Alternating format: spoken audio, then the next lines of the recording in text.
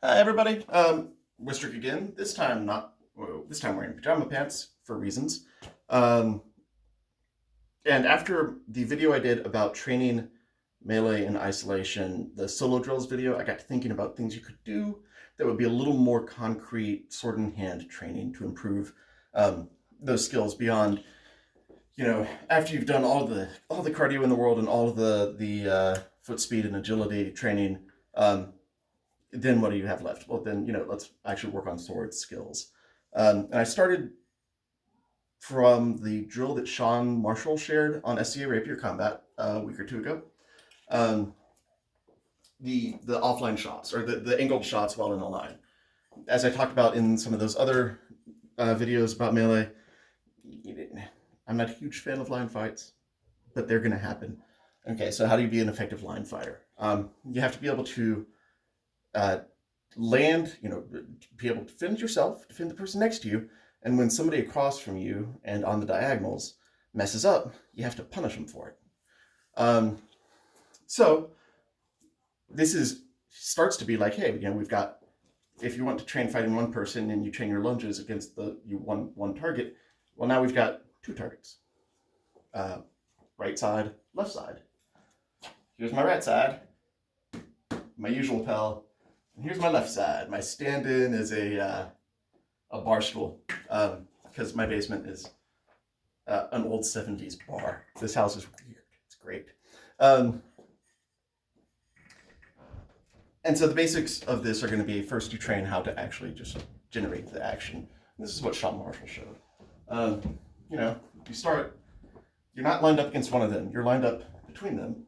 And this is, hey, skirmish order, really. They're pretty far apart. I'm on my own, so I'm trying to keep two people away from me and maybe kill one of them if they mess up. And the measure I'm at is actually very, very close measure. Melees happen at closer measure than tourney fights in general. And it's because we have our friends, right? It's because we have all the swords around us are keeping us safe. Lunging gets you killed, so people don't really lunge. So we end up kind of in shorter measure trying to get some, hand snipes, right? So we're at this measure that's, that kind of a small step, not my normal lunge step. Just here, boom, here, boom. Because again, when you take a big lunge in melee, in a line fight, you eat sword. And the real threats in a melee situation are those who can make quick, precise, in a line fight, are those who can make a quick, precise attack, given a split-second opportunity. Some commander looks that way and starts yelling. The person, if you're standing over there, if I'm commanded and I'm like, hey, go do this thing, and you're standing there and you can just reach out and snag my hand, you've punished me. And all you had, I yelled a 2-syllable order and you took advantage of it because you've trained to be able to do this.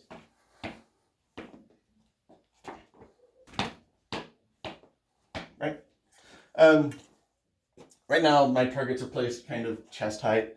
You might want to work on varying that because the height that somebody's hand is going to be when you're hand sniping is, down about navel.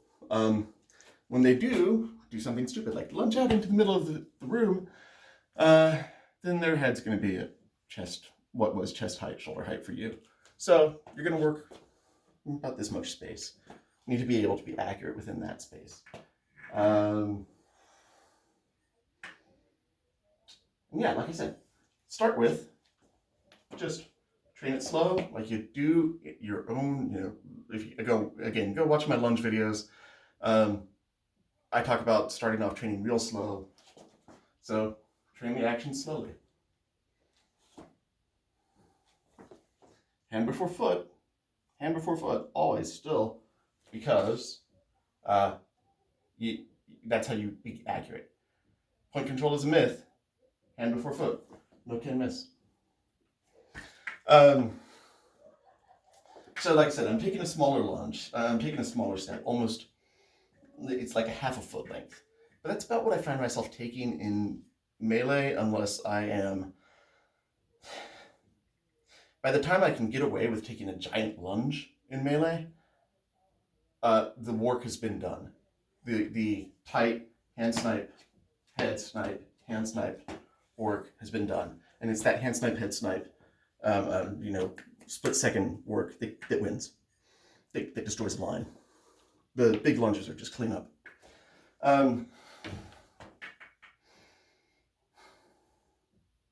So, start off slow, boom. And reset to center.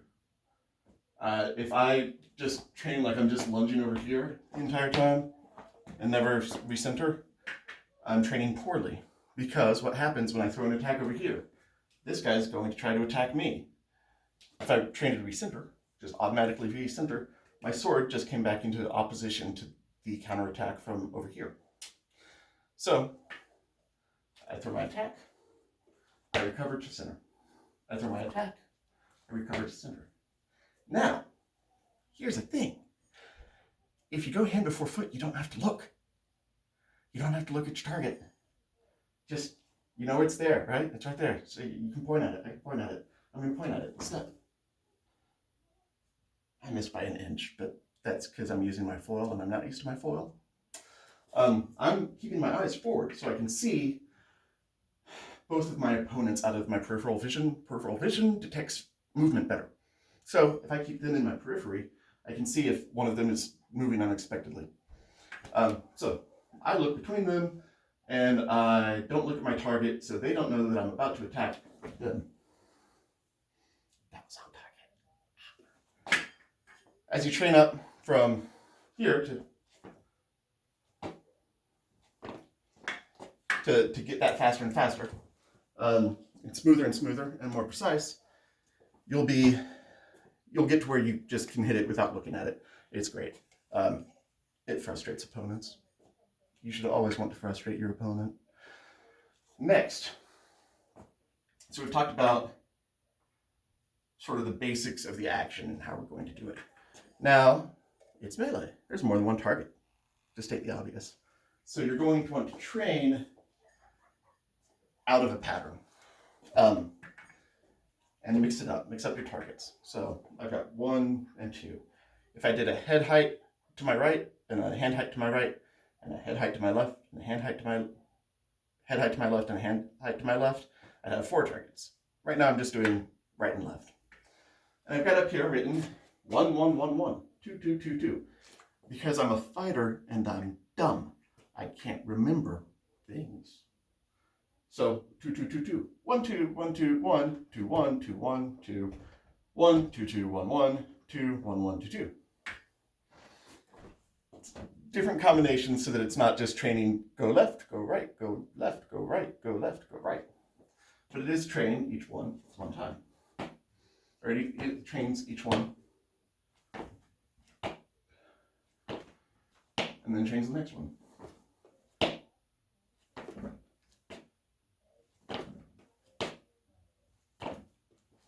And then trains varying.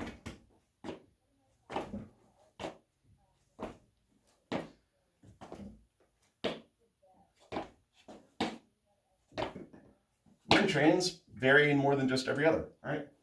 So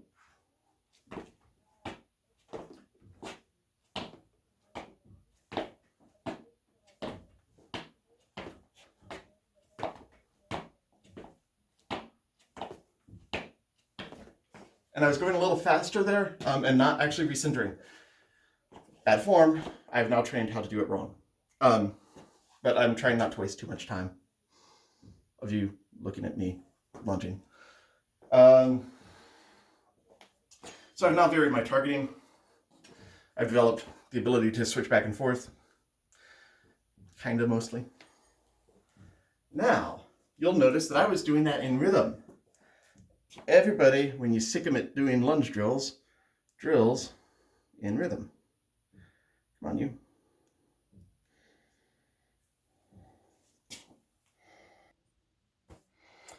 All right, and I'm back. My co-star here was being a little cranky. So something again, what we're really doing is training lunges against multiple opponents. So if you've watched the lunge videos that I've put together, this is going to be familiar. There is an app that I have on my phone called Random Timer. It does random timing, and you can do things like set it to beep every 3 to 5 seconds, 5 to 7 seconds, 1 to 3 seconds. And those get useful for training lunges, because like I was talking about, when you get into that rhythm, you're not training fighting. You're not training reaction time. You're not training isolated actions like you have in a fight. In a tourney fight, you're not going wee bah wee. You're going right. So you're training one-offs based on a trigger, and this random timer gives you the trigger. There we go. And you can set it to repeat ad infinitum. So now I'm going to do my 1 2 1 2.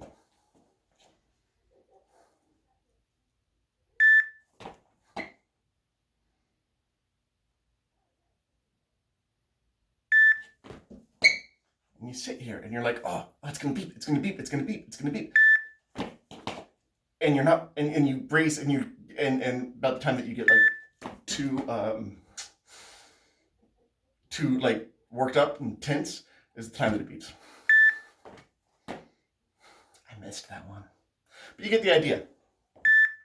By preventing yourself from falling into a rhythm, you change the way that your body behaves between the lunges. You're not just recovering so you can spring back into the next lunge. You're recovering to be stationary and to be in a place of readiness, but not in a place of immediate action. So that's really useful. One of these days, I'm going to figure out a way to get lights to flash. Like beep over here, a little light flash over there, light flash over there. Because what we go off of in combat is visual cues.